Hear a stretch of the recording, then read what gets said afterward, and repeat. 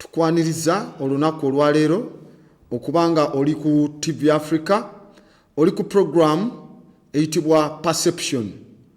Oli nange omwanjuzi era omusomesi oba omusomesa kweno program, nze the West Zulu, the Grand Abbot, okutuusaako Perception. Yonna gy'osinzira okulaba TV Africa, tusiima okubanga gy'oli osobola okubanga ofuna ekimu ku kitole ku package zaffe naddala ezitukomyawo okwemanya nga ffe abantu abaddugavu. Nate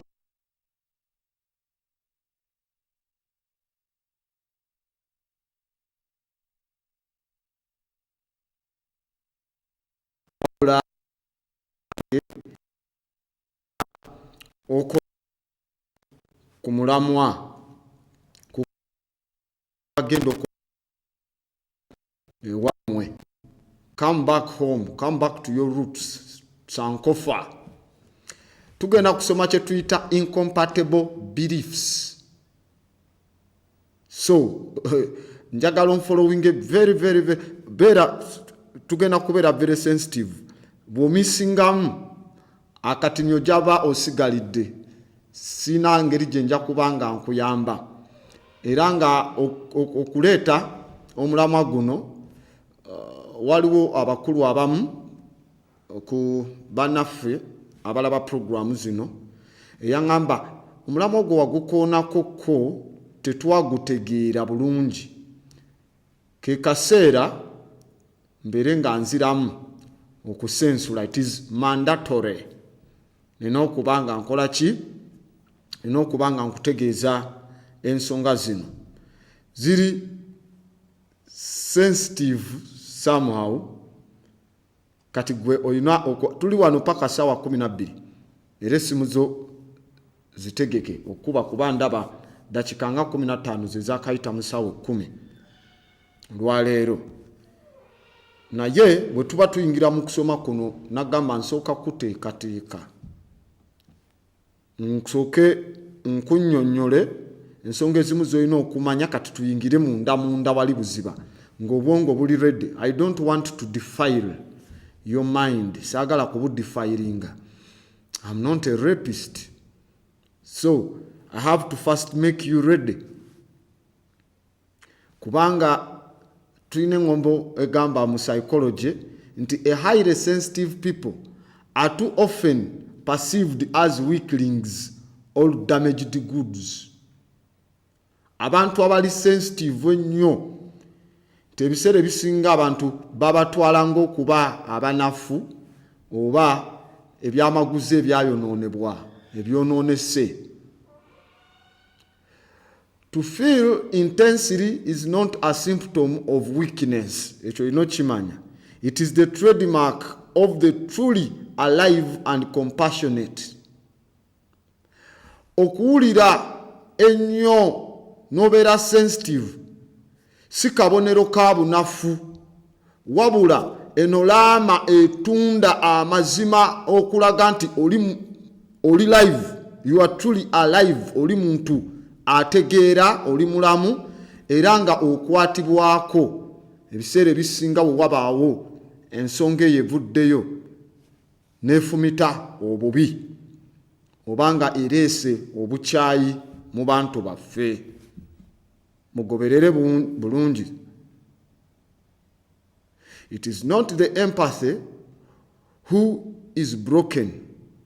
It is a society that has become dysfunctional or dysfunctional and emotionally disabled. Si kisa nti kyekyavaayo ne kibeera nga kimenyebwa ekyaffe abantu abaddugavu, wabula kiri eri society yonna ey'abaddugavu nti kati labika yafuuka dysfunctional oba dysfunctional era nga eri emotionally disabled. Nema society abantu abaddugavu bafuuka balema mu mpulira Chovola bebyabwe babivaako nebinyigirizibwa bitya kubanga they are emotionally disabled and their society is dysfunctional. We have a problem. Empathy is not the one that is broken, but the society. Tugenze mu social amnesia.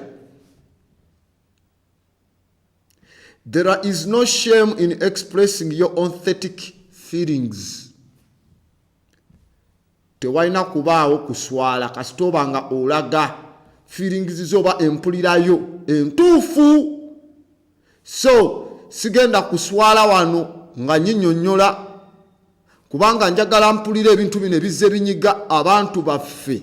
Obwongo ne bubeera nga bukozimba ne tubeera nga family zaffe zonoonese, the family of the black people ngeyonoonese, ne tubeera nga tetukyajjukira bintu bye twazimba ebyensusso ebyamaanyi ennyo ebitasaana kwerabirwa kubanga tufunye incompatible beliefs ezireeseewo obuzibu buno n'akasambattuku.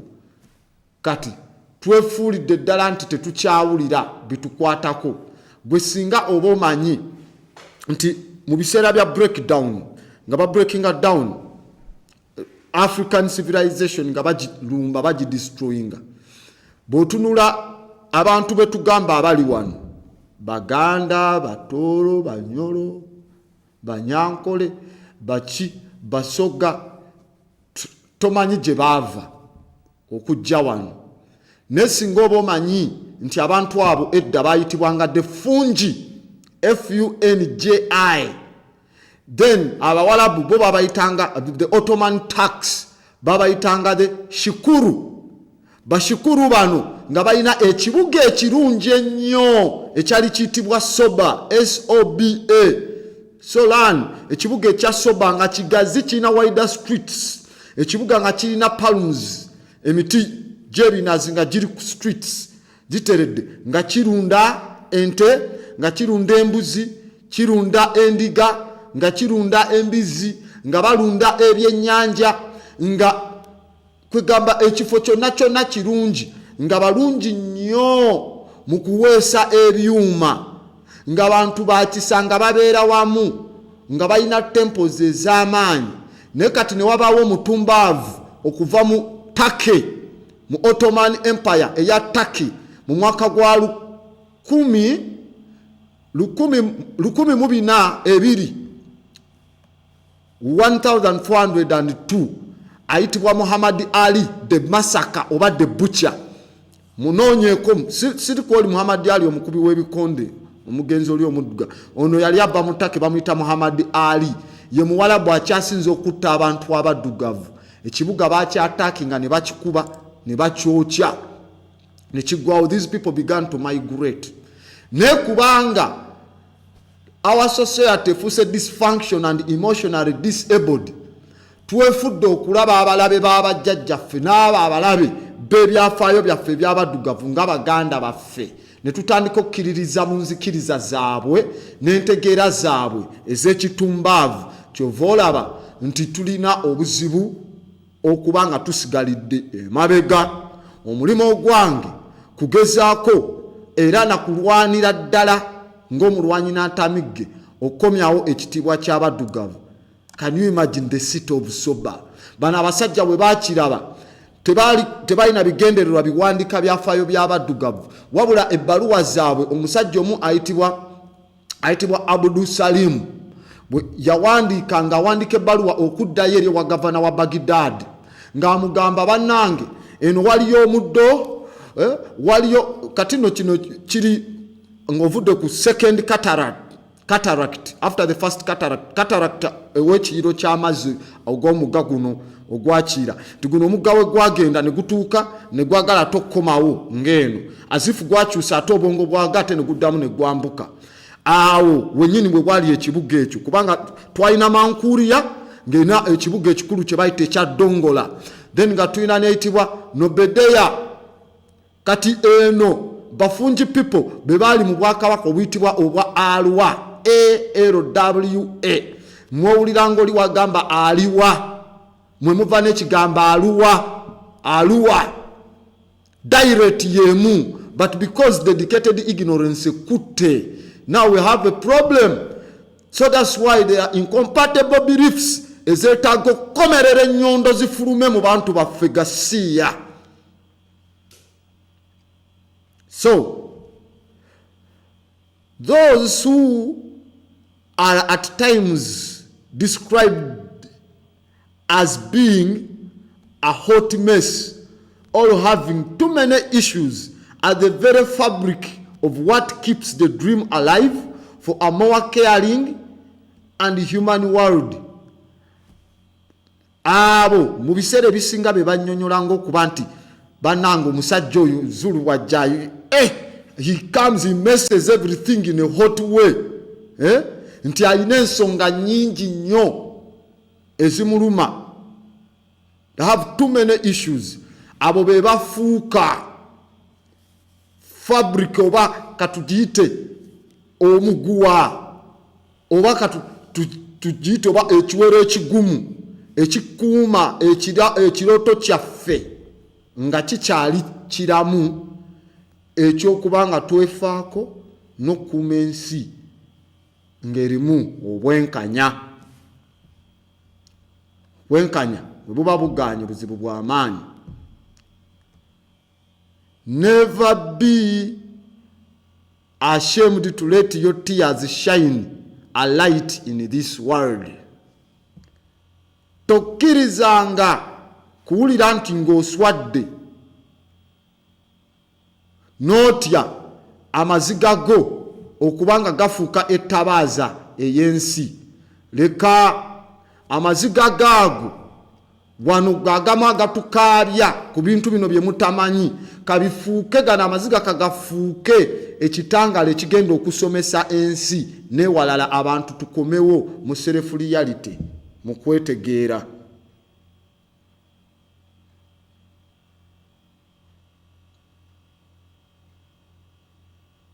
Era njagala okimanye, the weak can never forgive.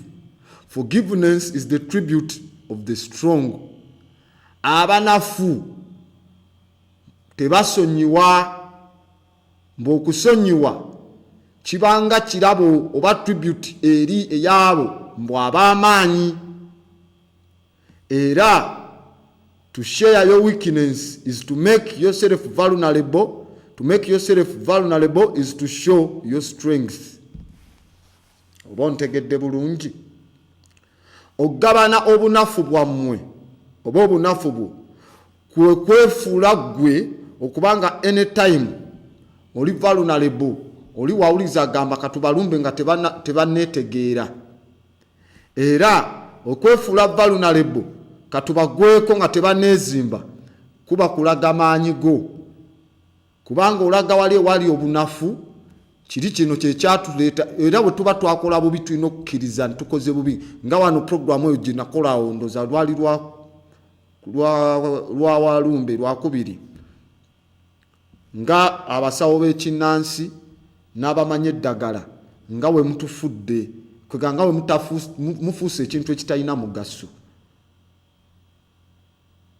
So kati awo kyekiraga nti bw'obakoonako ne bamanya nti balina okuzuukuka, kyekibaleetera okuba n'amaanyi nti next time ekyatuukawo kireme kuba nga kiddamu kudda.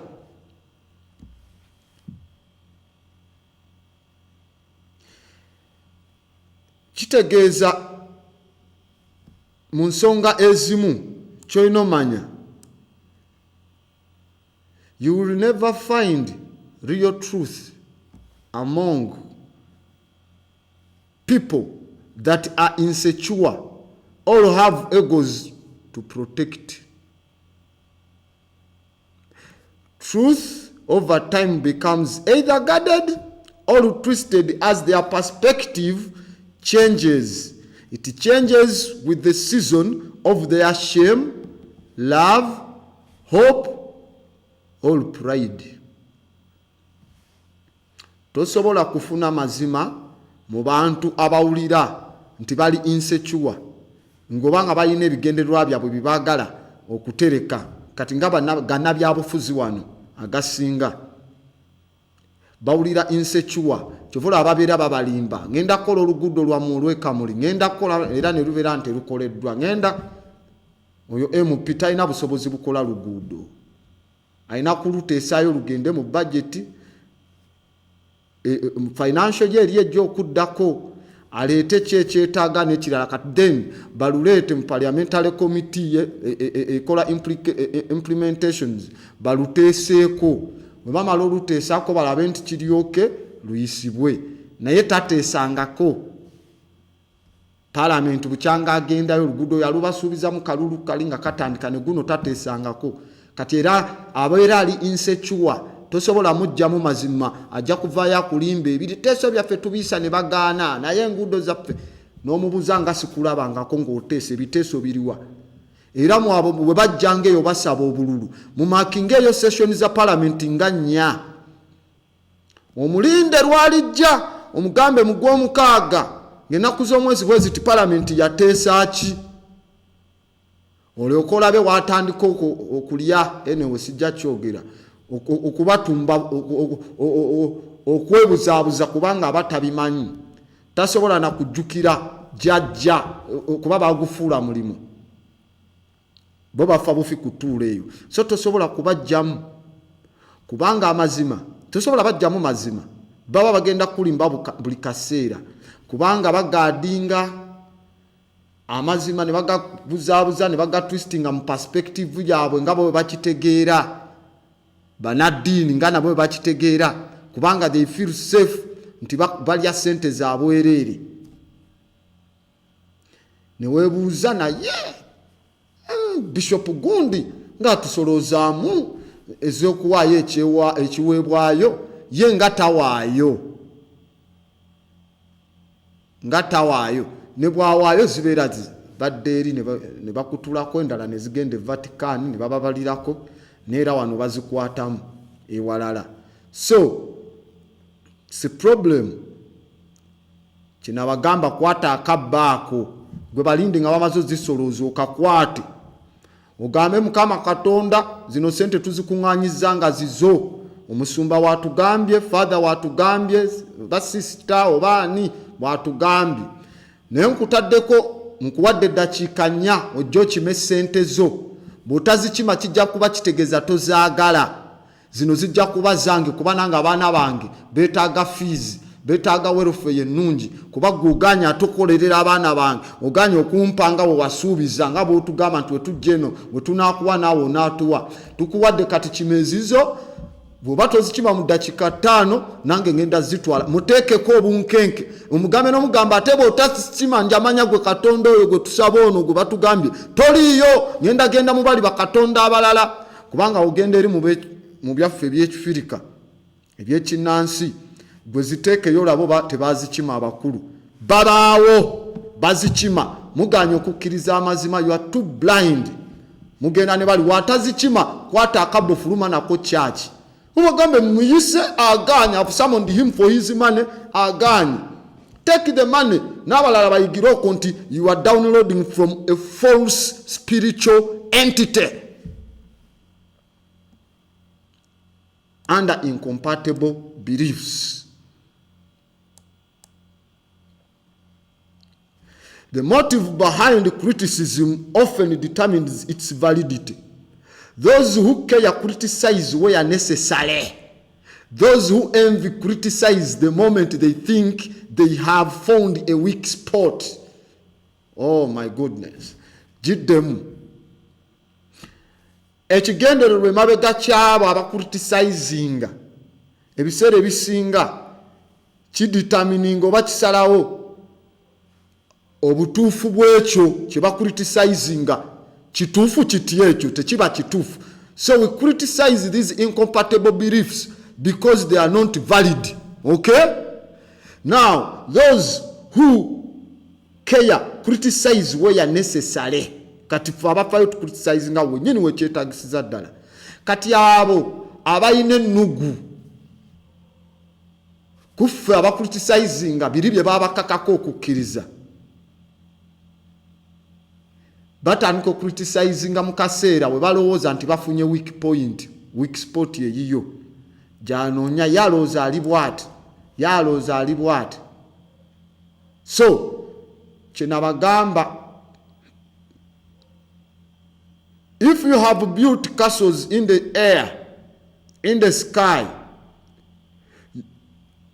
your work need not to be lost. That is where they should be. Mwabazimbye zikalina ne mweraba mu bulamu obulungi newa nga biri mu bbanga mu sky,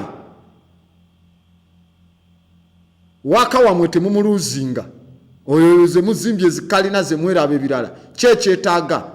Now put a foundation under those castles in the air.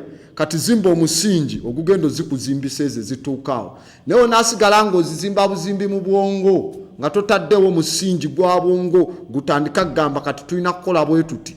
Olabye lowooza ku kitiibwa kya Mukama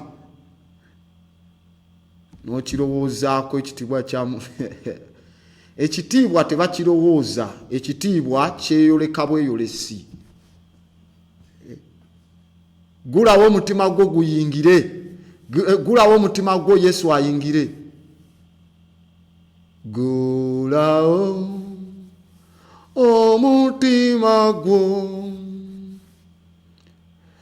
Omukama Yesu ayingire.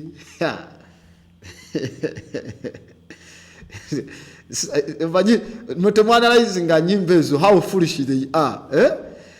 Where is the door to the heart?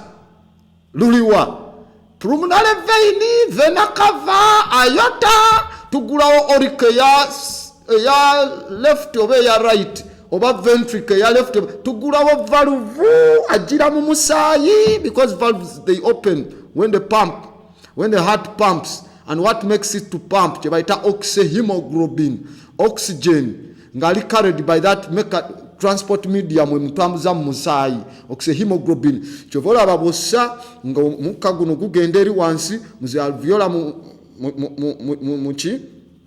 mu mawugwe nga bijja bimikisinga mu musaayi. Kati that is the energy. Chovola aba osizza ogw'enkomerero ogw'omukka. Kati naawe ngamba nzigulewo omutima gwange ayingire, ng'amaanyi agatambuza omusaayi ng'ayisa mu nnyindo, nga tayita mu nnyindo. Can you imagine ayita mu nnyindo mumenyera? So such things, they are incompatible beliefs. So now let's put foundations wansi. Twerowozezaako mwerabye mu mbeera ennungi. You know nabagamba obuzibu, that's what religion does. It doesn't teach you how to think, it dictates you what to think. Tekusomesa ngeri ya kulowooza, ekudictatingira obwannakyemalira kiki ky'olina okulowooza.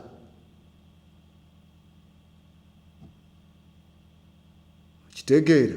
Teri kulowooza ku kitiibwa kya jjajjaawo, teri kulowooza ku kitiibwa kya mukyalawo, teri olowooza ky'oli. Ne bubeera ddala obuzibu obw'amaanyi. We are questioning this. Tugenda kubanga tusuulawo.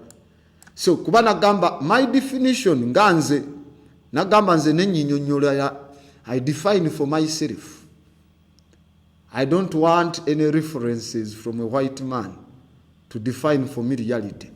Kati nagamba religion, Christianity, according to me, definition yange, it's a Euro-Gentile psycho-philosophical vehicle of spiritual and intellectual enslavement that has three things at its end. These three things are: 1, the paralysis of analysis in the people who believe in it; 2, the racial superiority of the people who created it; 3, the perpetual empowerment of the agenda intended for it. Remember, it is the Euro-Gentile. Chitegeza, it came from the European, and they are Gentiles. Because according to the book, the Manual of Human Control, the Bible, mu table of nations, that is Genesis chapter 10, ejja nekulaga abaana mbu abantu mwe bava, ejja nekulaga these were the sons aba Noah, ekulaga Shem, Japheth ne Ham. Nejja nekugamba abaana ba Hamu be baliwa nti fe abaddugavu mwe tuva, ne muvaamu Mizraim, which is they call it Egypt today, ne mubaamu Sheba, we call it Ethiopia today, Cush, Punt, nejja nekulaga abaana nekulaga ne Palestine be abaana ba Ham, the black ones, and even Libya. Ngemaze nejja nekugamba these are the sons of Japheth. Yavamu, this is the progenitor of the white people.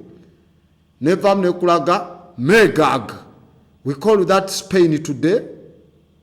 No, Magog is German today. Nemubamu Tagoma, that is Spain today.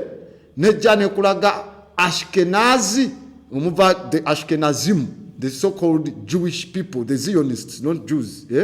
Oluvanyuma lwakyo negamba and all of these of Japheth are Gentiles.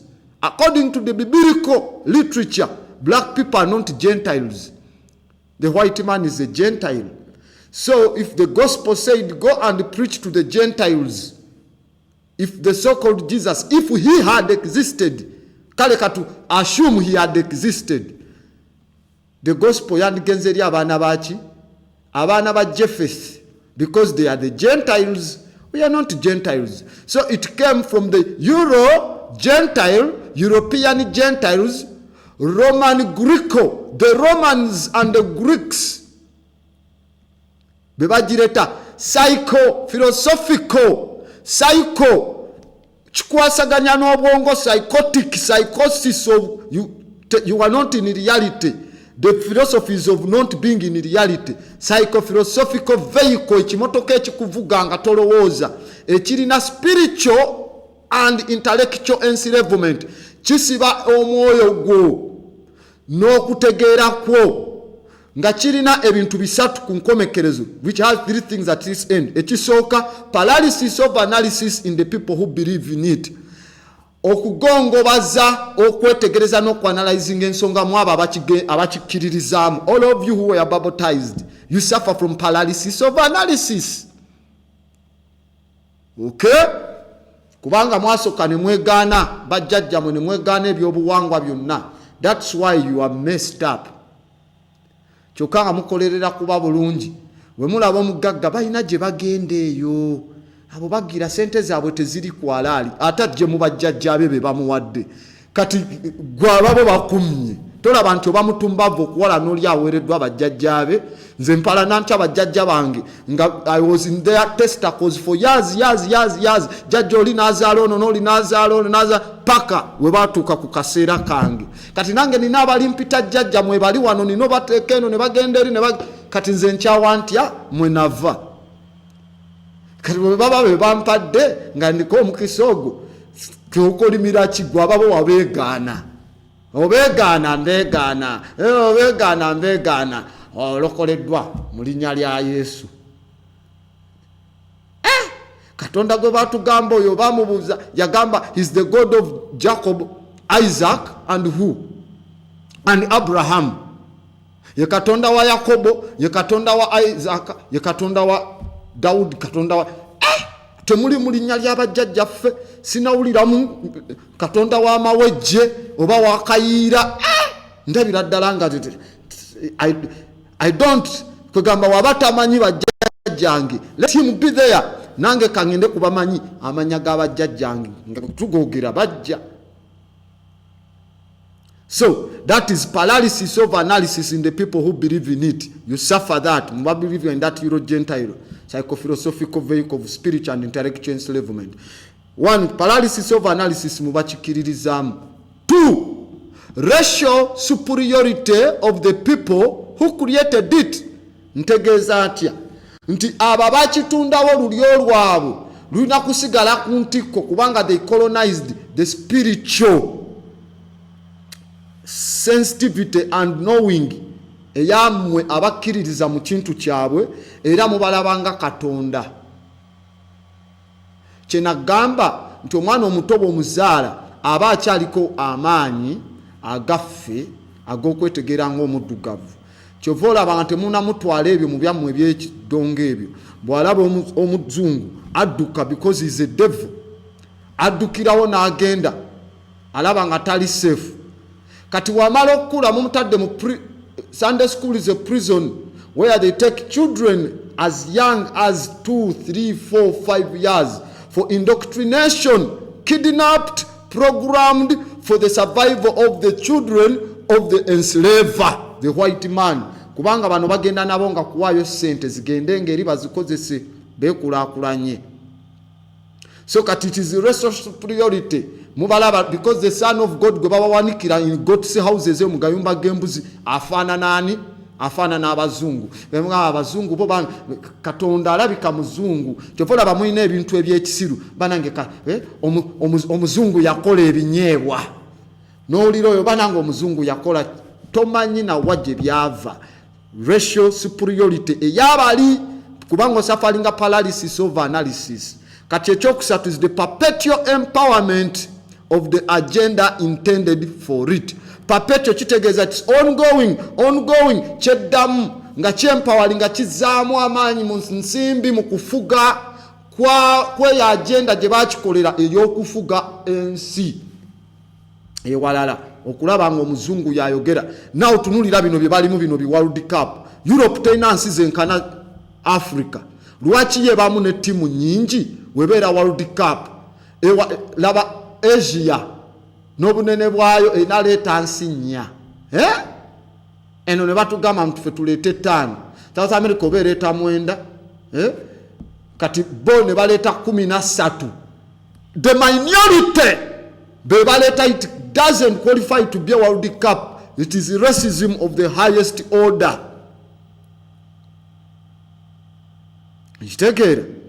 So perpetual empowerment of the agenda intended for it. Okay? Sawa zikyaliyo. Tukyajja tetunatuuka no munda mu kinyuzi. So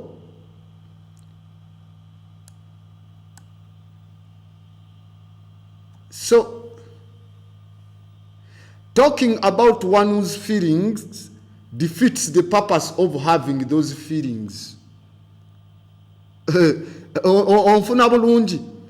Talking about one's feelings defeats the purpose of having those feelings.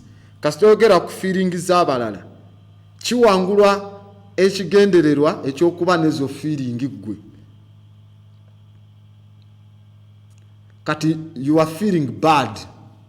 Nze si feeling bad kubanga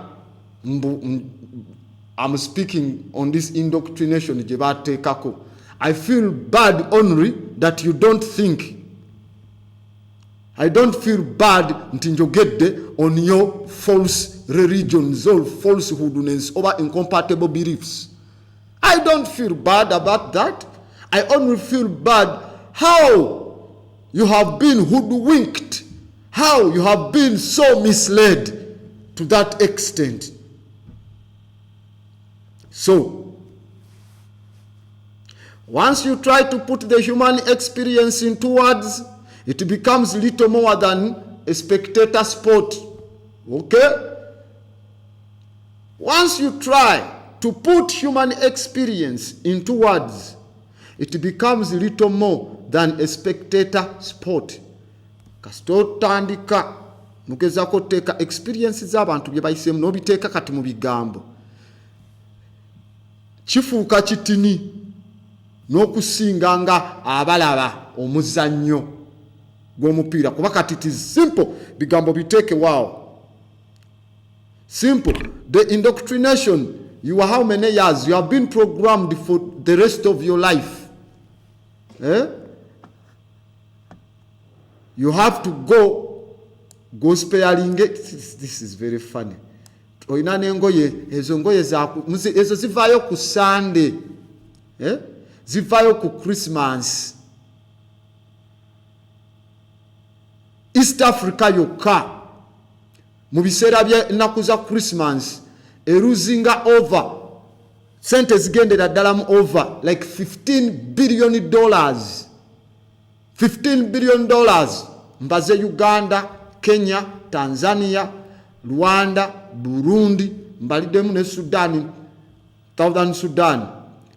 Billion nga 15 eza dola nga zigenda to the white man nga zigulwamu ki ga Christmas card agatakolebwa wano nga agalabo agagaveyo. In fact, there is a psychosis eyokukkiriza nti there is a Father Christmas ajja ekiro ng'avuga Lini Diaz, mumanyi obwo busolo bulina amayembe agalinga ebikoola, nti bwe bumuvuga ng'ayambadde red n'ayita mu kimuni eyenkana oba nga sentimita 3 eya pipe nti nakka mu nju n'aleeta ebirabo n'abiwa abaana.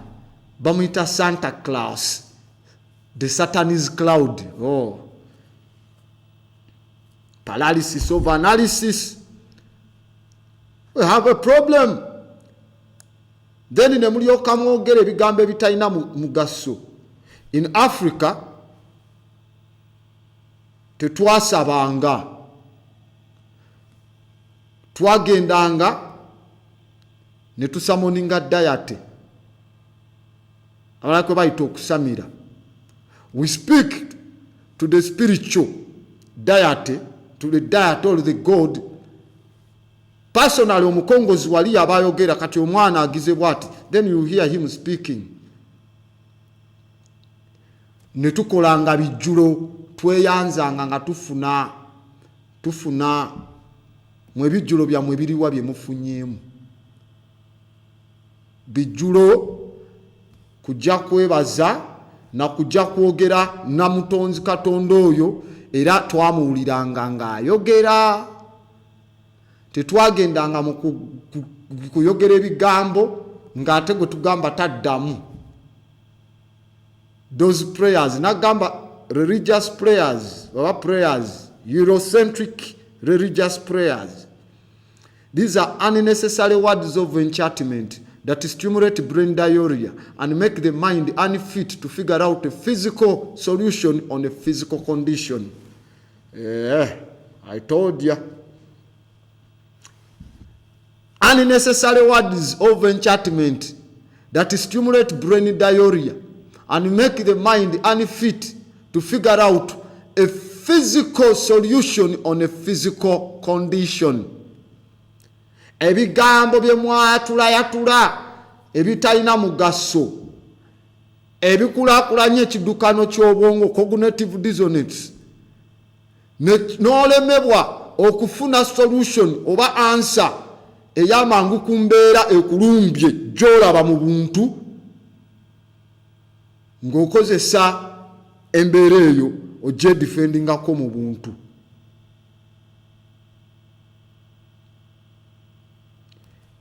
Genda olwala measles otandika okusaba olabe oba anaawona. Just genda osabe. Nabagamba it doesn't work. Twandirabye wano Ebola we yakwata nga abasumba bonna bagenze mu West Africa oba wano we yakwatira mu Uganda nga bakiridde Kasese yonna nga basaba Ebola awone mu linnya lya Yesu. Nabo bakimanyi they are unnecessary words of enchantment that stimulate brain diarrhea and make the mind unfit to figure out a physical solution on a physical condition. You have been attacked in a biological warfare. You have to counter that disease using biology. African sophisticated metaphysics and biology. Okujjawo endwadde eyo. You have to go in quarantines. Ne mwawulamu abalwadde n'abatali. Ne mulyoka muteeka bali be mulaba balabika bakaria. Then you begin to study the disease. Nga bwe mutandika okuzimba eddagala eryo jjijjanjaba. Baye mugende musaala mulabo batabalye mwenna. Agwewo. So that is my definition of prayer.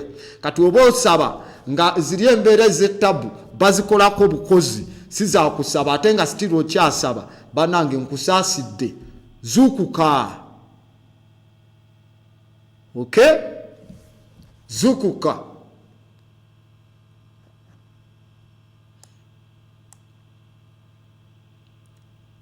Zukuka. Ebyo bisitole ebyo bye babalimba. Twalina akayimba. Lazaro, vayo Montana. Lazaro, vayo Montana. Lazaro, janga tambula kuva Montana. Ekitiwa cha Mukama ne chinyonyo. Mbubane chiyolesebwa something like that. Bambi abana bo ne kwaye yimba bulungi. Nabagamba nawandikira kwaye nyimba nyingi nnyo. Naliyo mbimanyi kubana gamba the mind cannot teach what it doesn't know. Obongo tebusomesa kye butamanyi kati I know how foolish that program is. Cause nagenda yokko nembera ya examined how our people have been so misled. Then I would come back as a giant to nail that program of foolishness. Kati olina gamba nti Lazaro yafe na kunya. Siwe batugamba nti Yesu najja n'agamba tafudde yebase mu muzukuse. Mbufena tujja kuzukira nga Lazaro. Omuntu bwofa omusayi gwekwata omutima ne gulekerawo pumpinga your blood clots. Ziri platelets ziguleta ne gwekwata teguddamu ku movinga kyovola botandika okuzimba. Kubanga kyetuyita tissue fluid eba etandise okwe-expanding omubiri gali amazzi gaba gatandise okuteekamu pressure munda omulambo guzimbe guunye bwe bate bagutwitinze gwabike guyiwa amazzi mangi. Lazaro munaku nnya ongambe yakomawo mbu omusaayi ne guddamu oba ne gwekola gutya. What was he eating in the 4 days? Ekyenda kiba kyesibye dda because he's already dead. Kyokka mwe mutugamba omuntu olufa waba yakola ebirungi agenderawo mu nnimiro ya Abraham n'alinda ogenda mu ggulu. Bane mutugamba nti agenderawo mu ggulu. Tuwaba yakola ebibi n'agenda mu purgatory. Kati Lazaro story ya Lazaro eriko emabega nga tewanatuuka wali we bino okwatula olokolebwe mu kitabo kya Romans. Kuba balokolera mu Romans chapter 10 verse 10 nti ekigambo kikuli kumpi naawe tibona kyatula nokkiriza Yesu ng'omulokozi wo ojja kuba olokoleddwa ebibi byo byonna nga bisonyeyeddwa. Overio lyagasiyaga nti just saying now olokose Mukama akuggyeko ebibi tekikuggyako bibi. You were homosexual, you were faggot. Tubiwulira what is happening in Vatican okusiyaga obwana obuto. Pedophile cardinals. So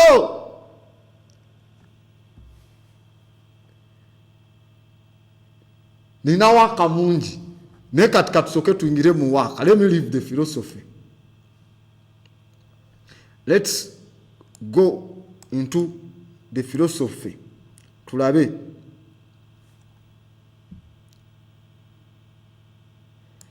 nagamba everything must have a cause and a name. Every random thought must have a root or something else. Okay? So katulabe engeri gye tuyingira munda mu lesson.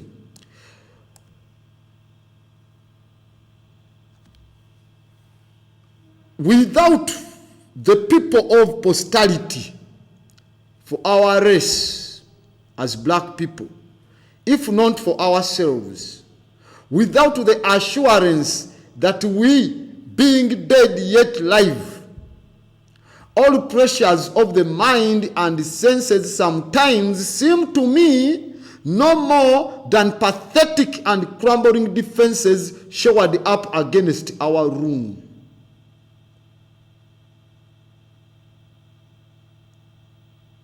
Point taken. So, kunze okusinzira kunze ndabira ddala nti bwe tuba tetulina ssuubi lyaffe lyakwenunula kuva mu ebyo ebintu ebyatukakibwako ffe ng'abaddugavu nga tetukikoze ngaffe nga tetuyina kukakasibwa nti tuli bafu already mwafa dda mu ndowooza wadde ate muliwo ng'abali live kati pressure zonna ez'obwongo n'ezentegeera ebiseera ebisinga ku nze ndabira ddala nga ziba pathetic and kwegamba defenses okwegira tayogera ntosobola me I'm not here to change you from your religious sect gyolimu in those religious cults zemulimu ezo. I'm not here, I didn't come to change anybody. I just came to make you become an African. Think as an African. Era nagamba me I'm a messenger wa information yeno. Emancipate yourself from mental slavery. None by ourselves we can free our minds. We power in this generation triumphantly. Won't you help me sing the songs of freedom? 'Cause you have to have that redemption. So the message, Bob Marley, they did their time. Marcus Garvey did his work. Frederick Douglass did his work. Malcolm X did his work. Dr. Henry Clark did his work. Bamwanga bakola waka waabwe. Bakabalega, they did to defend really. This known to happen. Tuina King Gobaita Kalembese. King Kalembese of Wamakuria, he did his work. Seneferu, he did his work. Pharaoh Seneferu. Pharaoh Menes, yakola waka we. Pharaoh Nema, yakola waka we. Chetswayo Kamampande Zulu, yakola waka we. Shaka did his time. Ya Asantewa, yakola waka we. Queen Nzinga the mighty, greatest female general. She did her work. I'm also doing now my work. Now it's you also to do your work. Okay? It sounds true through ridiculous, though ridiculous to me, and indeed it qualifies to my standards of gauging and defining mental and intellectual as a medium of keeping church praying to a mystic father ever since they were children. Kuvanga mukyali baana bato kindabikira nga kya kisiru ku side yange. Indeed kiqualifyinga ku standards zange z'okugeginga n'okudefininga kye tuyita mental and intellectual nga it's a medium of keeping church praying to a mystic father gwe mutalabangako taata oyo okuvanga mukyali baana bato. So why don't these Africans question the dictates of the prayer that was given to them by the so-called Son of God? The Father pronunciation. Lwaki temu questioninga dictates z'essaala ezaabaweebwa okuva eri tomwana wa Katonda omugwe muyita Katonda. The Our Father who is at heaven, hallowed be thy name, thy kingdom come, your will shall be done, as it is done on earth, let it be done in heaven. Deliver us from our daily. As it is done in heaven, let it be done on earth. Nga bwe kikolebwa mu ggulu kakikolebwe ku nsi. Question yourself, if our ancestors some 1,900 years ago prayed to this Christian father who never helped them in the first place, aren't we wrong, blindfolded by this our father syndrome? Miaka ejisewo after the Christianization of Africa nga bayina bishop wa Africa bonabona eyakulemberanga abafather bona bamuyitanga the patriarch of Alexandria. The patriarch of Alexandria. So from 325 AD, bajjajja basabye essala eno tuyambe otugabirire ebyaffe otuwe kitaffe ali mu ggulu erinnya lyo litiibwa obwakabaka bw'obujje byagala bikolebwe mu nsi nga bikolebwa mu ggulu. Tuwe emmere tusonyiwe ebibi byaffe nga naffe tusonyiwa abatukola obubi. Europeans tebabasonyiwangako bakyabba resources zammwe. The plunder is still going on. All the mistreating is still proceeding. Ate kati gwe in a funny way ogamba ogenda kubasonyiwa.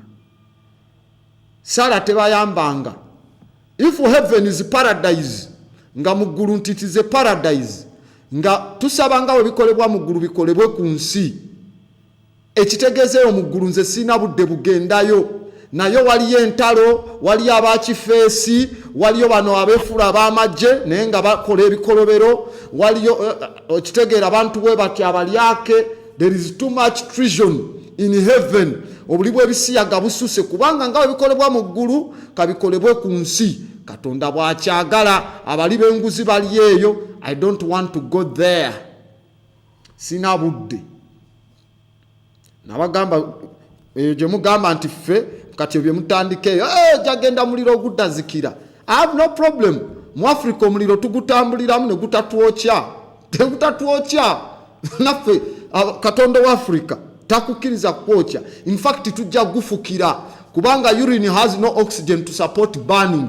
Tukole ku purgatory geye nayo natugifukire ezikire. Bwe mubajje mwagala. So that is the solution. So you can't scare us with those petty stupidity explanations. Okay? So, if one earth will grow up from the stage of child, teen, adult, elder, and then to the ancestor, lwaki nze yazaalibwa mu 1987 nzikiriza okuyita that diet, that God bajjajjange gwe bayita emyaka nga 19 emabega, lwaki muyita my father? Ye takaddiwa. Because the word father kitegeeza taatawo. Bamusaba emyaka 19 for 1900 years. Basaba our father ne bava mu bwana obuto ne bafuuka abavubuka ne bakula ne bafuuka ba elder ne bapassinga on bakomawo ne twogerezeganya nabo nga bazze nga tubasamoninze.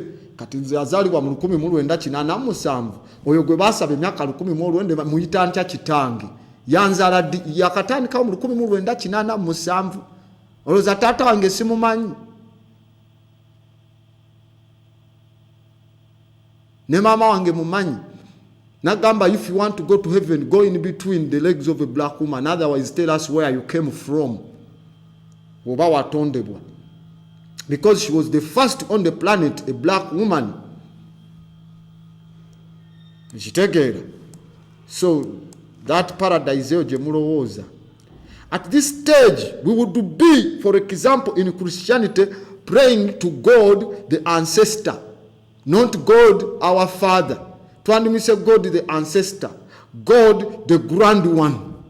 God the one who we never saw, but we can summon him.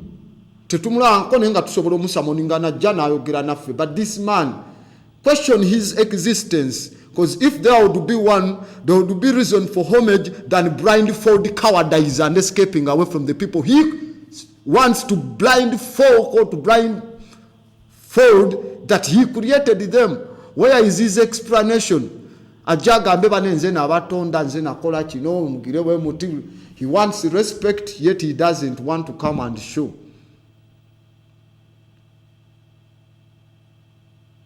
Up.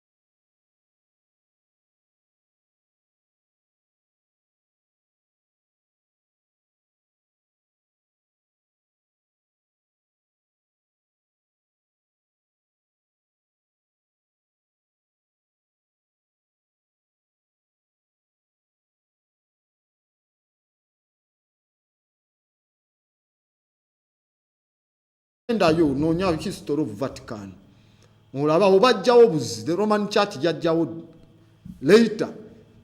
He constructed, so they came and took over a place where people would masturbate from. Intellectual masturbation. No wonder. So when this coward God reigned, behold, that is, I think, Matthew chapter, Matthew, is it chapter 3? Behold, I called my child outside of Egypt. Wasitula omwana omutwale yekweke mu Misiri, mu Africa. If he is equal to his father, isegeza nekitawe ne yadduka najja ne yekweka mu Africa. The coward. Omwana wabawa Katonda. Katonda alina kuwerabiza the so-called Herod, if he had existed, Herod n'amuwerabira. Oyo omwana ne batuuka nga tebamulaba because amaanyi. Nebati naye akugamba dduka genda. Lwaki teyabagamba musabe? Herod ajja kwerabira. Kyokka wano ne bagamba ate mwe musabe.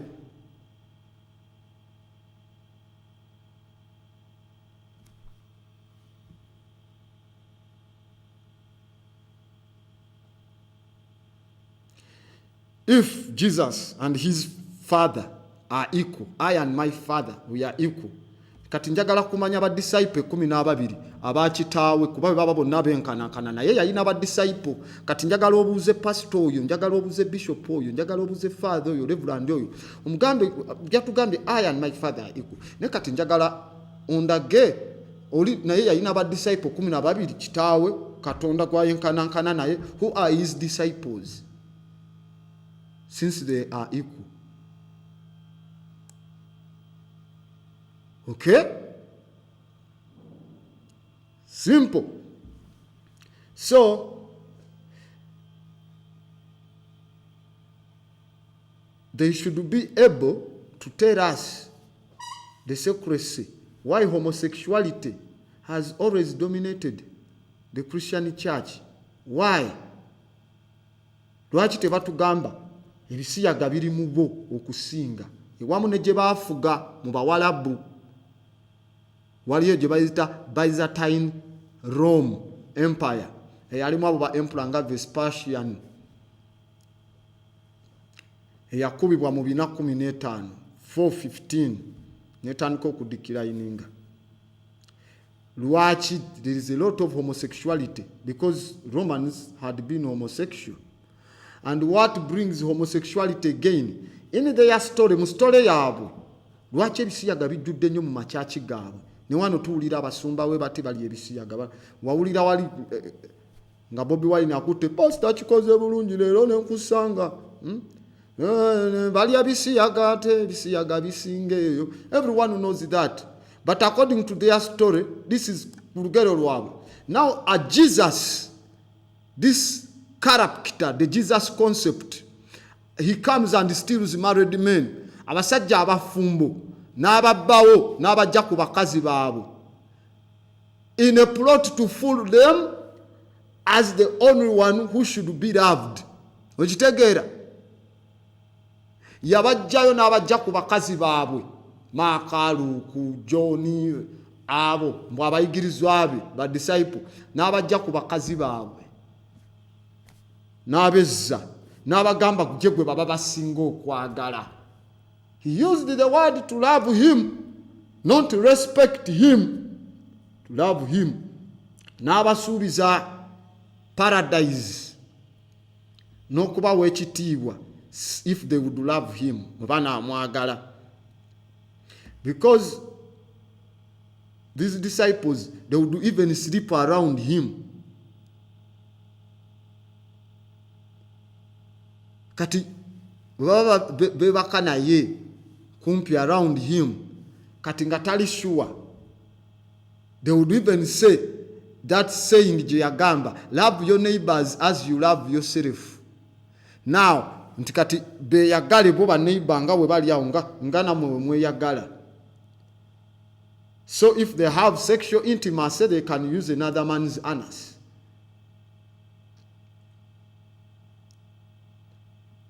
Musala, Father Musala, yabagamba, sagala mwerabire.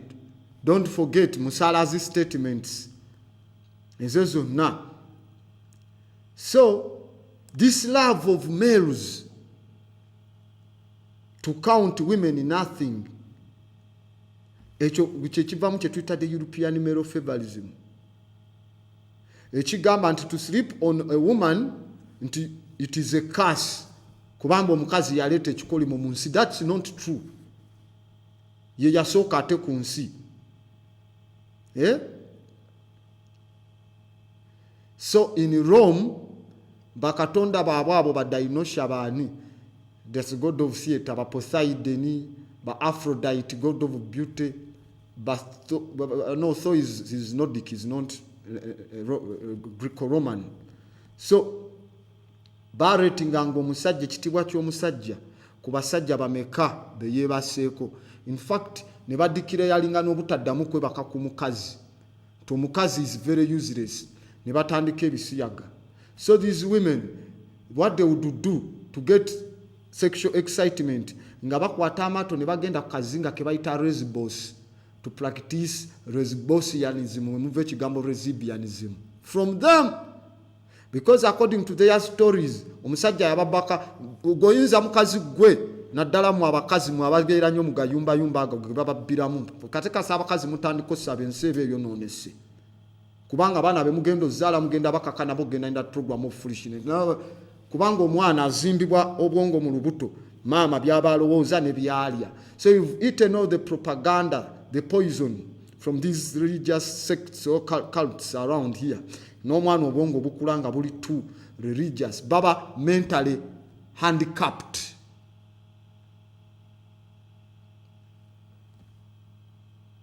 Okay? You still goyinza okkiriza mukazi gwe nenzijjawo bbaawo ajja nkolere mission ezange nga sigenda kuweereza byakulya, sigenda kuweereza byaki, mbadde ndi muvubi ndeeta ekyennyanja abaana ne bawuta proteins ne zijja sikyaleeta nenkusuulawo awo. Tewalina bwe bakulagira nti bagenda ne bannyonnyola oba n'abasabayo officially mu bakazi baabwe, yabasanga nga ku mirimu nembabba babba bamwe ku mirimu nemala nabo emyaka esatu we mundabako temugamba ogwo gusajja gubi ne gubba abaana ne babatulekera abasajja tebalina kye baleete waka ne gubabba ne gubatwaleyo ne gubatambuza ne gubazunza emyaka 3 nga nziramu nsaba oyo abba waba. Question yourself, if the story happened mu bitundu bya Palestine, Israeli, as they assume, amanya agali awo twandigawulidde ga Netanyahu, ga Sharon, twandulidde amanya nga ga Ehud, twandulidde amanya nga Golda Meir, naye gwe n'ongamba ba disciple bali Mark, John, Luke, bonna amanya ge balina it is English names ga Bungereza. Temwalimu ba Germany, Abangereza be bali babeerawo mu bitundu ebyo. By that time, England, if the story had happened, England was a village. It was a village. Kali kyalo nga abasajja bakyabeera na mu mpuku. Because Mudaka ages bwe zikoma bafulumya the printing press mu myaka gya 1400. We bafulumya myaka gya 1400 kiki kye baleeta gye bayita printing press, gye bayita the Gutenberg printing press. Kati mu Gutenberg printing press gye basooka ekitabo kye basooka okufulumya, it is called the Gutenberg Bible, nga bawandise mu mannya g'abazungu ab'Abungereza. Kuba bafulumiza ki press eno, printing press. Era ye Bible esooka ng'erina omuko gumu nga gulimu kolomu 2 nga biri wano ne wano nga tebiri ku lupapula lumu, nti verse zonna ziri ku lupapula lumu, wabula nga njawulemu bweziti the Gutenberg Bible ne beewandiikamu.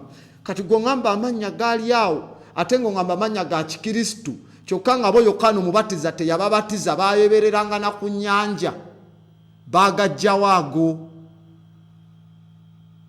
Twandiwulidde nga alina amannya bonna ye baali bava mu England. That is so stupid to accept. So abakyala omuntu abajjeko abaana omuntu abba abaami bammwe n'amala nabo emyaka 3 ne musigala ne mutoba n'abaana maama we yajja ng'abuulira enjiri mu Kaperinaumu bamugamba nti maama wakuyita n'agamba nze nedda famire yange y'abano bembuulira enjiri erisi yange ne yegaana famire ye era yamuyitanga woman govaayo n'oyita maama wo mukazi gwe oyo aba n'empisa omwana wo n'akuyita mukazi gwe gwe batugamba eyayita mu lifestyle yonna of a human being nti yayita mu bulamu bw'ensi bwonna simanyi bwe baali bamusazeeko waleti ensawo nga bakifeesi simanyi kubanga he had nothing. A man who was eating emigaati ne chapati kikomando mmere ya mbeera ng'ekalubye. So our women want to wedlock them in the name of this man. Babambaze n'empeta nkuwasiza mu linnya erya Yesu. Abba w'abasajja ye yawasa baliwa. Yawasa baliwa. Wajje yatwalayo kye tuyita bride wealth mu Africa. It's not bride price. We don't buy. We show wealth. Nti wakaje mutwala omukyala agenda kufunayo ebyokulya. Talina kye yalaga. Atasasulako wadde nti bannaye kanfuna omukazi kantwaleyo kuwa ekitiibwa ewaabwe mbalage nti njamu ate nokkiriza bakugatte mu linnya eryo. So it is you are going to accomplish your female godliness and sexual desires, yet you took an oath proclaiming a Jesus who is anti-feminism. He doesn't like anything about women. Ekiria, according to their story, mama we yamuyitanga woman. No marriage, nabbawo babba babandi. He went and he used them. That is slavery in disguise. So these are incompatible belief systems. Katugende mu simu 0414698420 0414698420. Those will be the calls in. That is the line. It's going to be open at 0414698420. Tusoke tuwayemu wano ku program eya perception nange Grand Abbott the West Zulu. Studio line nkugambye eri open eri 0414698420. Yes, TV Africa Live. Esebo je bali okubiddewo abakuyitaani. Esebo Mutebi.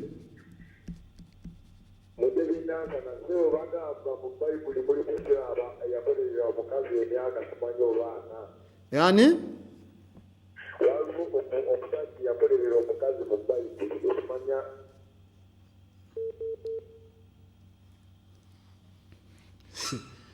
Okay. Be specific tuberenga twogerezeganya tuberenga tukwasaganya mu dakiika zino ezirisigaddeyo nga asatu. Studio line eri open 0414698420. TV Africa Live. Hello? Hello? Gwani okubiddewa? Enyabo.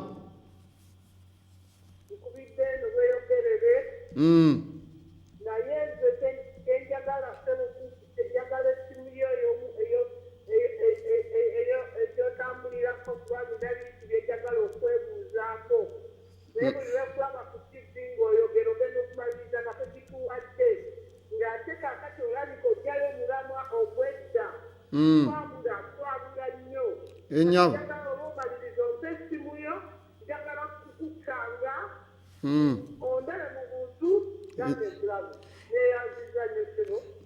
Nja kukubira esimu yo njine eri 761 esembayo yiyo njitegedde njifunye. Nja kukubira. ashe. Okay. Okay, studio line 0414698420. Tuli wano tuli muku wayawayamu ne bafirika bannange era isimu eri open mujja kuba tuteese tutegeere ebyafaayo ebyenjawulo byembagambye banaye mugende mu bikoliko research ebibuga kyembagambye ekibuga ekya Soba mukinoonyeeko munoonye the Fungi people mubanoonyeeko musobole okubanga mutegeera. Okay, tusooke tujjeko kajjaamu kano ku ssimu 0414698420 kugenda okubanga oyita tubeere nga twogerezeganya mu mbeera ez'enjawulo wano ku TV Africa nga tusoma these incompatible beliefs okuba n'otutegeeza wawo osinzidde n'oddamu n'okuba oba n'otubulira n'amannya go n'ekiteeso kyo ky'oyina ku miramwa gino. Nabagamba waliwo ensonga ezimu eziraga nti abantu abamu tebaagala kugamba ebintu bye bayita eno ate n'eri ewaabwe bibaayo naye ate ne baagala okwebuzaabuza. Naddala ezibalaga ensonga ezo nti these are fundamentalist Christians. Bagana the existence of gods nti bakatonda abangi mu madini amalala naye bo baana b'amadini amalala baba enzikiriza endala bwe bagaana wamwe nti taliiyo ate ne muwulira obusungu kyokka nga abaffe ate abalala mugamba nti tebaliiyo naye nga ate abaffe tusobola okuba nga twogerezeganya nabo mu mbeera yonna eyaffe ey'ekinansi. Okay, esimu kati erikiriya tuyitaawo 0414698420 tubeere nga tuteesa ku nsonga ezimu. Ndowooza tulina eddakiika nga 24 era ebibuuzo tujja kuba tukola ki tufunayo bisaamusaamu ku mbeera bwetyo. So nti kasita ovaayo vigorously not denying existence of the 1,000 gods claimed by other people in their belief systems, and you feel outraged when someone denies the existence of your God. Lwaki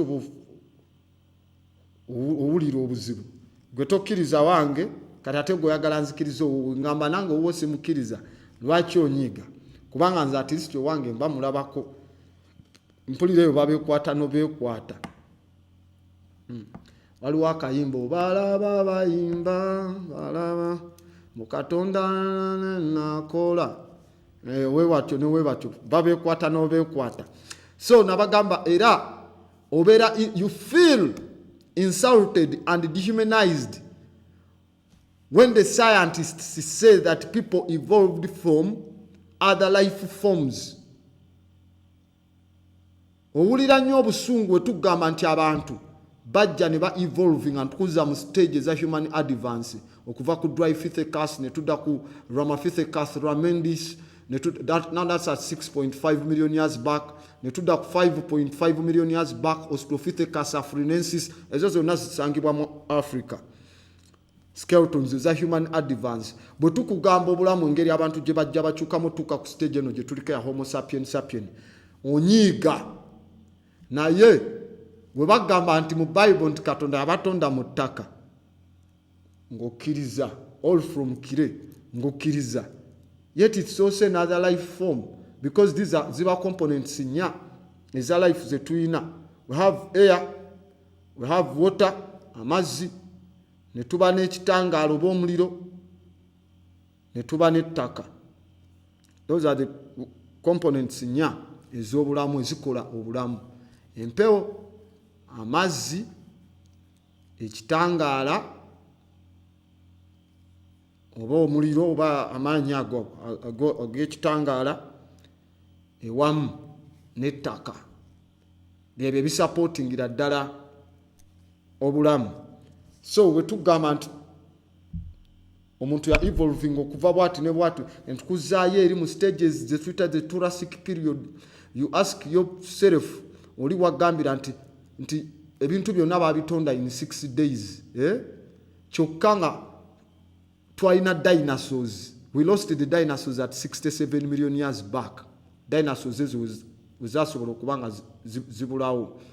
Olwaki bayita the Charlie-Bang incident.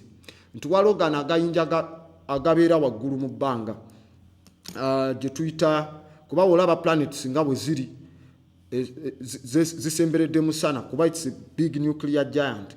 Kati zino ze bayita inner planets okuli Mercury, Venus, Earth yaffe yakusatu then ne Mars. Kati masekati ga Mars ne Jupiter wali aga amayinja ge bayita asteroids kati wali asteroid belt. Kati planet etambula ennyo wano yegasika ne gajja okusobola okuba nga gakola ki gakuba because of gravitational pull. Kyenagamba nti bw'okwata emmotoka ennene n'okwata n'emmotoka entini ne ziba nga zeesiganyiza n'osuula bw'oti akaveera, emmotoka ennene yegenda n'akaveera, entini tegenda nako kubanga eri era it's a big mass. Kyevula abamayinja gaba gaagala okujja wano kati geego agasobola okuba dinosaurs zaffe wano ku 67 million years back. Gajja ne gakubawo mu Gulf of Mexico akokola ku map ya North America.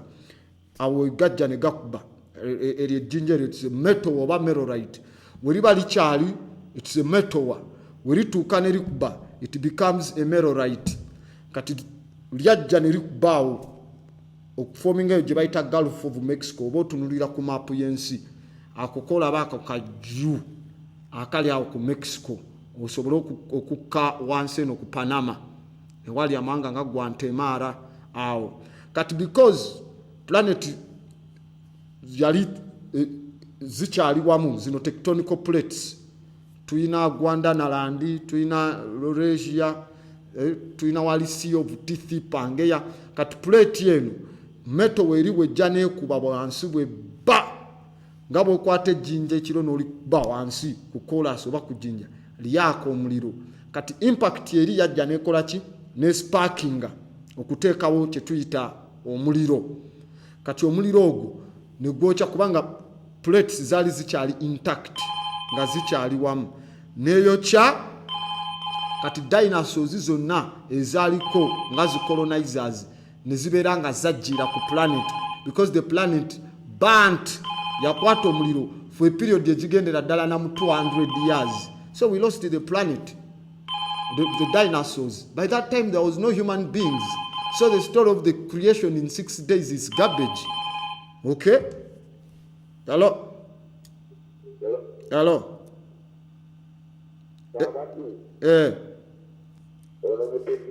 Yes, sir. Ate bana abawata mu Bayibuli bo bagiramu bawata mu Bayibuli be balaga mu Bayibuli nti bawata oba Yakobo yawata tumenya abakazi babiri ne bamuwa omu naye nga tugayagala naddayo n'akolerera omulala ne bamumuwa. Okay. Njagala kumanya gwete ssebo. Yes, sir.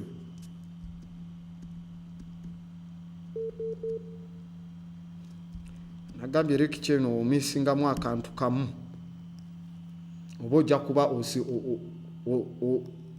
osigalidde kubanga zeetaaga explanation obeere ng'ogifollowinga nga bwengenze bulungi nnyo. Tekyetaaga kubeera ng'opapira muki mu nsonga zino. Mutebi mbadde nsomesa ku bayigirizwa ba Yesu and the Jesus Christ, sibadde mu ndagaano nkadde. That is one. Oba obadde ofollowinga bulungi. Then secondly, mulimu story endala ez'ekisiru nga mbu Solomon yalina abakazi 1,000. Singa alina abakazi 1,000 yabeebakako ddyo bazaalamu abaana, yandibadde n'abaana abajjuza ekyalo kiramba. Abajjuza singa ne kati lineage ye ekyaliwo. How you can't kyokka nga tebagamba nti yali muzimbi w'amaanyi abeera ku zisaiti n'alambula nga bazimba the so-called Solomon Temple. where there is no archaeological evidence kuyo ne balyoka bagamba nti yakola ki yali strategist ku ntalo kati abakazi 10 yaba satisfying ddi in the first place. So ezo stories zaabwe, it is there are stories we cannot even accept to believe in. Nga wembadde nkunyumiza story ya dinosaurs in their existence. What happened nti 67 million years back eryo jinja lyo lyenkugambe metal weyo yakuba netonda ku Gulf of Mexico. Kati ereyo plate mukukuba ebyali wansi mu sea flow kubanga there is expansion ya planet nga ikozesa je tuita sea flow spreading nga yesindika wansi okuva ku flow yettaka wansi nti in the sea flow spreading wansi w'ennyanja waliyo ettaka n'ensozi ezimu kubagana amazzi gajja ne gajjuza bujjuza the ditch kubanga jukira bisatu byakuna 3/4 eza planet mazzi. Kati mu incident yene y'okubano mu Gulf of Mexico ettaka erimu ngabo bwokuba ettaka erimu lisamuka oba okubye wala lisamuka ne livaayo kati kwe kuvaayo ko obuzinga bwe bayita the Caribbean obuzinga nga buli mu Cubao, tulaba obuzinga nga Jamaica, tulaba Haiti, tulaba obo nawe butu bujja ko incident ya Cherrysburg incident. Kati so tojja kusobola oveyo ongambe nti byatondebwa mu nnaku 6 and then I swallow that. Sisobola okujjako gwe aina ziri belief systems etogeddeko ezitakukiriza what to think, or is that they don't teach you what to think or how to think, they dictate to you what you should think about. Era tulaba that effect how it happened mu suppressing our kingdoms. In fact tulina bebayitanga ba Mameluke, the Mamelukes, the whites abajja ne ba invading in North Africa myazi ezemabega. We've been fighting these people long time ago, but in the Christianization buli gwe batukanga after their revolution of 1322 we bakola revolution yabwe, they took over the Arabs, they took over control of North Africa. Oluvanyuma ne batandika of forcing whoever eyaliwo in Christianity nga bakozesa system eri y'aba Knight Templars. Mubajjukira ba Knight Templars oba betwitanga Knights of Malta. Ba Knights of Malta baliwo to protect the church. When you speak about the church, these are assassins of the church. Chechimu n'aba Jesuit. Era wononya, you look for the oath of the Jesuits.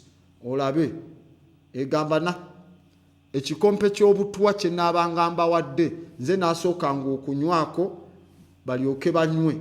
At least ye akola yasooka onywako abasikirize munywe mufe. So the oath of the Jesuits. So they are there. Now the problem comes the way Chijanti, they tend to try to attack the informer over the messenger. Yet the message is there. We are Africans, tuli bantu baddugavu. Era tulina okukkiriza n'okutegeera enkola ey'abaddugavu, enkola ey'Abafirika, n'enkola eyaffe ey'ebintu byonna. So tulina okwedefiningira somebody okuva eri tasobola ate kujagira. For example, mumanyo gwe bayita Ellen G. White. Ellen G. White yatandikawo aba 7th day. Okay? It wasn't started by God. No, it is by a person. Ellen G. White n'atandikawo netugoberera. Kati ate bw'oyogerako ne tobyogerako tokola ki? Temumanyi na history y'abintu ebyo, temusomye ebyo na byafaayo byabyo, wabula tukkiriza obwongo bwaffe okubeera nga bulimbibwa ebbanga eddene, okubeera nga tuli mu mental stagnation, okumala ebbanga eddene, whereby we can't believe that, we can't accept that okubanga kibeerawo ku bantu baffe, otherwise tujja kubanga twesudde. Waliwo olugero olugamba luli wano, it is lwa Musuma,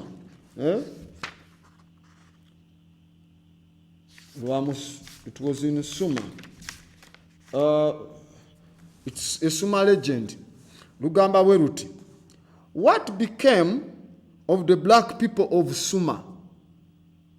Abaddugavu abaali bafuga mu bitundu ebyo kati mistakenly called the Middle East, but ebya West Asia, ku civilization eza Suma, the Sumerian civilization, S-U-M-E-R. Olugero lugamba, it's a Suma legend. What became of the black people of Suma? The traveler asked the old man. For ancient records show that the people of Suma were black. What happened to them? Oh, the old man sighed. They lost their history, so they died. Olugero lulina kye luyigiriza kikulu nnyo.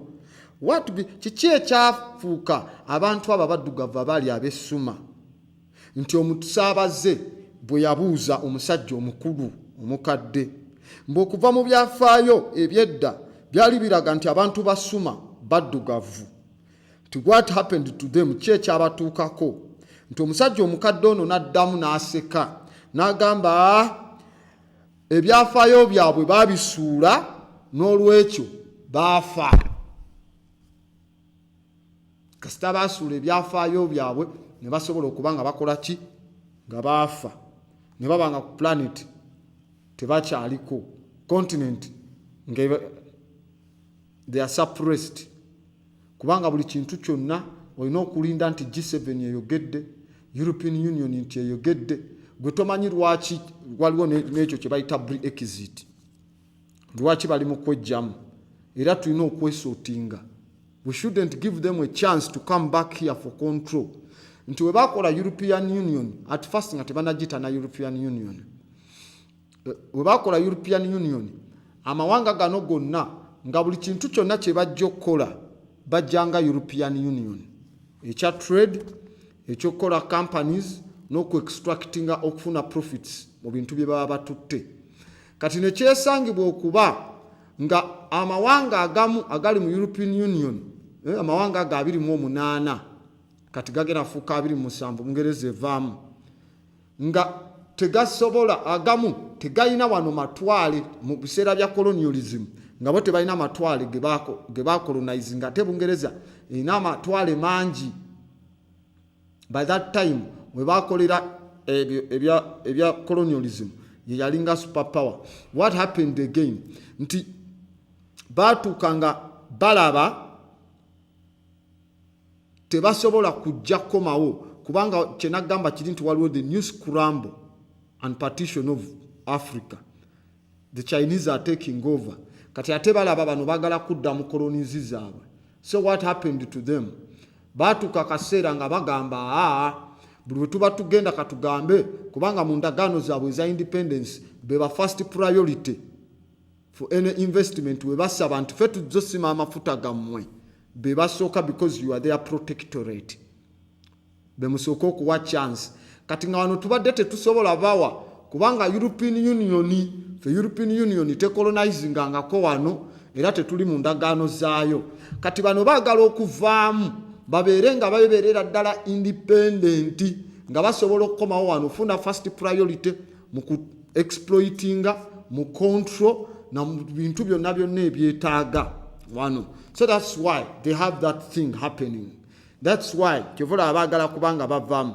Now we bakomawo wano, there is going to be a second mental degradation, but always the weapon has been religion, biological warfare, disease. Nga kyebakola, what they did, kyebakola to the people in South America. Bwe bagana okukkiriza these blacks, bwe bagana okukkiriza the Pocomesu, the Lucayo people, the Mayan people, the Aztec, bwe bagana okukkiriza, babaleetera what they did. ne babateekamu condition ey'okuba nti babawa donation. Ezo byowulira nga no babaweereza nti obutimba baatuwadde galubindi babawa donation za blanketi.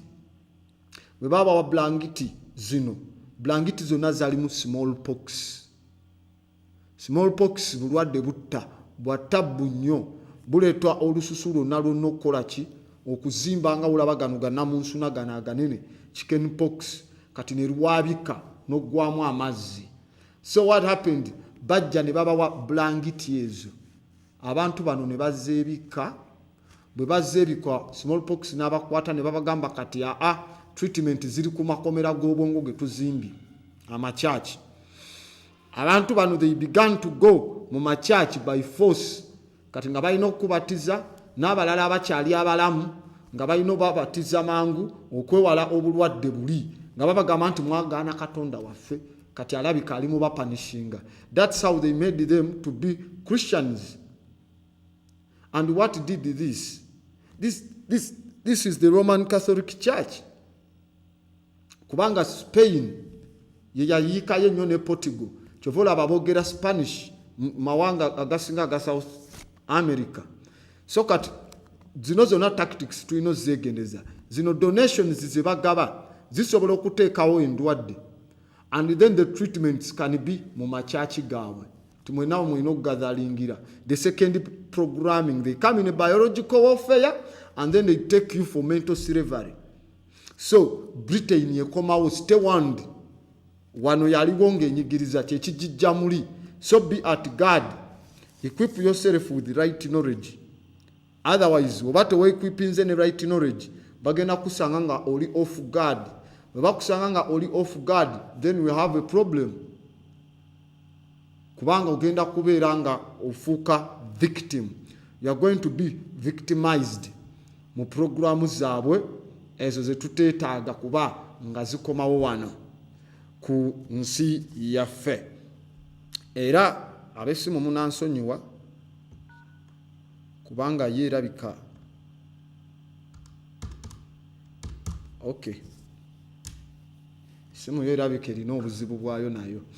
So ate n'obudde bwaffe buweddeyo. You have to be at guard, tokkiriza to let your mind to remain defenseless. Buli kaseera olina okuba ne defense ku bwongo obwo. Have options on the table, plan A, plan B, plan C, okusobola okuba nga weewala mental slavery. Era nagamba never be a victim of things you cannot maintain. Badde mulabi mulungi wano ku TV Africa, era nga tugamba program eno perception ebaawo kuva ku ssaawa 10 paka ssaawa 12 Monday to Friday, era nga teweetaaga kusubwa. Ffe twatandika dda okusoma, twatandika dda, era eyakagendako omupya gyekuumireko. Tujjanga kunagikolamu repeat ekiro nga tukolayo repeat at night. So that repeat at night, those ones who never watched, you can have a chance to watch and learn. Not only watching, watch, listen, learn, transform others. Go and teach one. Ngaona gamba each one, teach one. For the greatest good of Africa and for the greatest good of African people and black people all over the planet. Ashe.